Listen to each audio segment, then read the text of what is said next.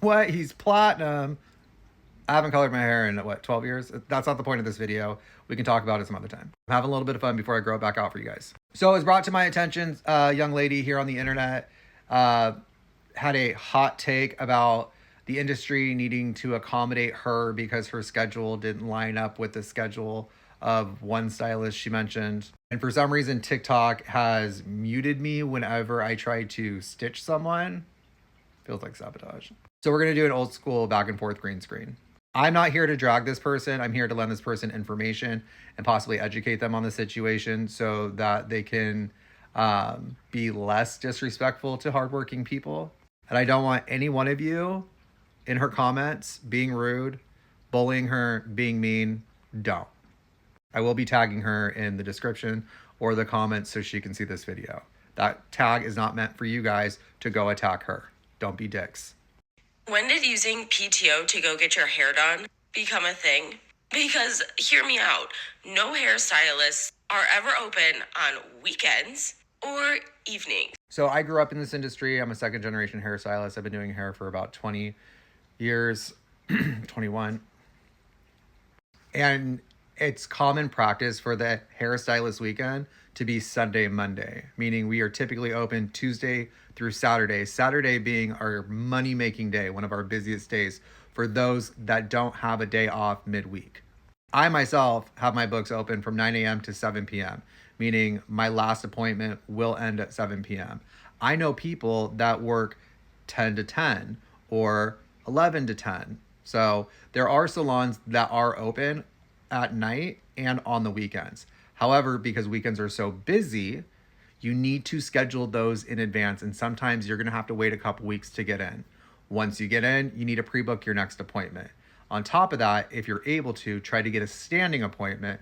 That way, you will always be sure to get a Saturday. But if you don't maintain that standing, and I mean by canceling, no showing, rescheduling too often, then you're going to be back to waiting for another spot to open up. Also, side note, not everyone that does hair is paid hourly or commission. A lot of us will rent a chair, we rent a suite, or we own our own salons, and we don't get paid time off. We have to pay for the time we're not there to reserve that spot for ourselves. So consider you having PTO a blessing. Let's start there.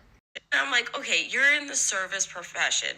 You are providing a service. Correction, we're in the luxury service profession. We provide a luxury service. Getting your hair colored is not a necessity. It is not detrimental to your survival in life. I understand the pressures that society puts on women, and we can get to what might be more manageable for you moving forward with your hair color in just a moment. Me a disservice by I already have to pay $350 to get my hair fully highlighted with you washing it and then blow drying it at the end. So that $350 covers a person's expertise, their overhead, which is like the products they use on you, the fact that they pay a rent, their insurance, their licensing, covers all of that, and also their time. So you're paying a person their worth to provide you a service that they don't actually owe you. I'll get more into that in a moment. Then I have to take a day off work. And if I'm out of personal days or out of the PTO, I got to take it either from a sick leave bank that I also don't have or take the day unpaid just to get my hair done. All of those things you just listed that you have to take from, most hairstylists do not have themselves. So consider yourself lucky there. In fact, a lot of people that work very hard don't have all of those things. Second, back to you feeling you're being given a disservice and you're already paying this money. A hairstylist controls who has access to their artistry and when those people have access to their artistry. Your wallet does not control that. Just because you can afford the service does not mean we owe it to you. And I hope I don't come off like I'm being aggressive. I'm just a very direct communicator, and I want to make sure this information is clear.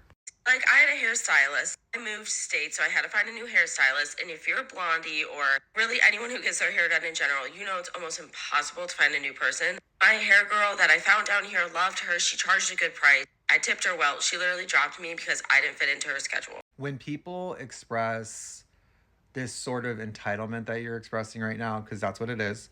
Um, you guys think that hiding behind "I tip well" is going to make your case better or get more people on your side. When you give gratuity to somebody that's giving you a service not everyone can do or not everyone can do as well, you are basically critiquing their work through your tip. I am priced in a way that I don't rely on tips. I very much appreciate them, but it's my way to gauge how well I'm doing with that client. Even if they don't tip a lot to begin with, they tip less on one time, then how can I do it better? It's just a way that we communicate. Plus, the cost of fucking overhead is rising faster than we can keep up with half the time we get blindsided by it. So it does help a little bit. But if you didn't fit with her schedule, being someone that's been doing this for 20 years, 21, I can tell you that you were probably asking for times that she already wasn't available and that she was trying to make it work for you, but it just wasn't working for her. You're asking her to take her time off away to give it to you for your time off. That's what you're asking of another person with what you're saying here. And it also feels as if you're taking one instance and trying to paint a picture of the entire industry using that one instance. So then who does your schedule line up for? It lines up for all of our other clients that have days off midweek. It lines up for those that have standing appointments with us. Believe it or not, we make a lot of money doing blonding services, but bread and butter is that root touch up that takes us an hour and 15 minutes. Talking cover the grays and send them on their way. I promise you I have a solution for you towards the end of this. You know, like especially being like new in your career or younger, like some of the only times that we have are evenings and weekends. If you're providing a service, you need to sometimes accommodate that. That's my hot take. So we're going to take it back to you and your PTO. I work in an industry where I am hands-on contact with my customers, my clients, my guests 90% of the time that I am with them, and I don't get sick often enough to use up a person's sick time in a year. And my paid time off is me paying somebody so I can take time off. It's not getting paid for taking time off. And trying to like refit your schedule to be able to take that time off is already a nightmare within itself. You are a blonde. So if you're getting your hair foiled, you're probably going in there once every 6 to 8 weeks. If you're getting baby lights that can grow out into a lived-in blonde, 12. So 1 to 2 days every 3 months shouldn't be hard for you to manage if the person that hands you your schedule at your work, the person you should be blaming, not the stylist, doesn't give you enough time to get your hair done. So I'm going to suggest that maybe you try to switch to a lived-in blonde look. It'll still keep your look elevated. It'll still keep your look professional, but it won't require you going as often. And you can go in once every 3 months, which will help you get on the Saturday schedule a lot easier, and be sure to show up for those appointments and be sure to be kind to your stylist and try not to have this entitled opinion. You may not feel that you're being entitled right now, but I hope you understand that whether you meant it or not, that is how it's coming off, and that's probably why everyone's dragging you. It's a luxury service. Just like a vacation's a luxury, you have to take your time off, your PTO, your whatever for your vacations, which must be nice because we have to pay for our vacations and pay to keep our spot where whatever. Anyway, I hope that helps.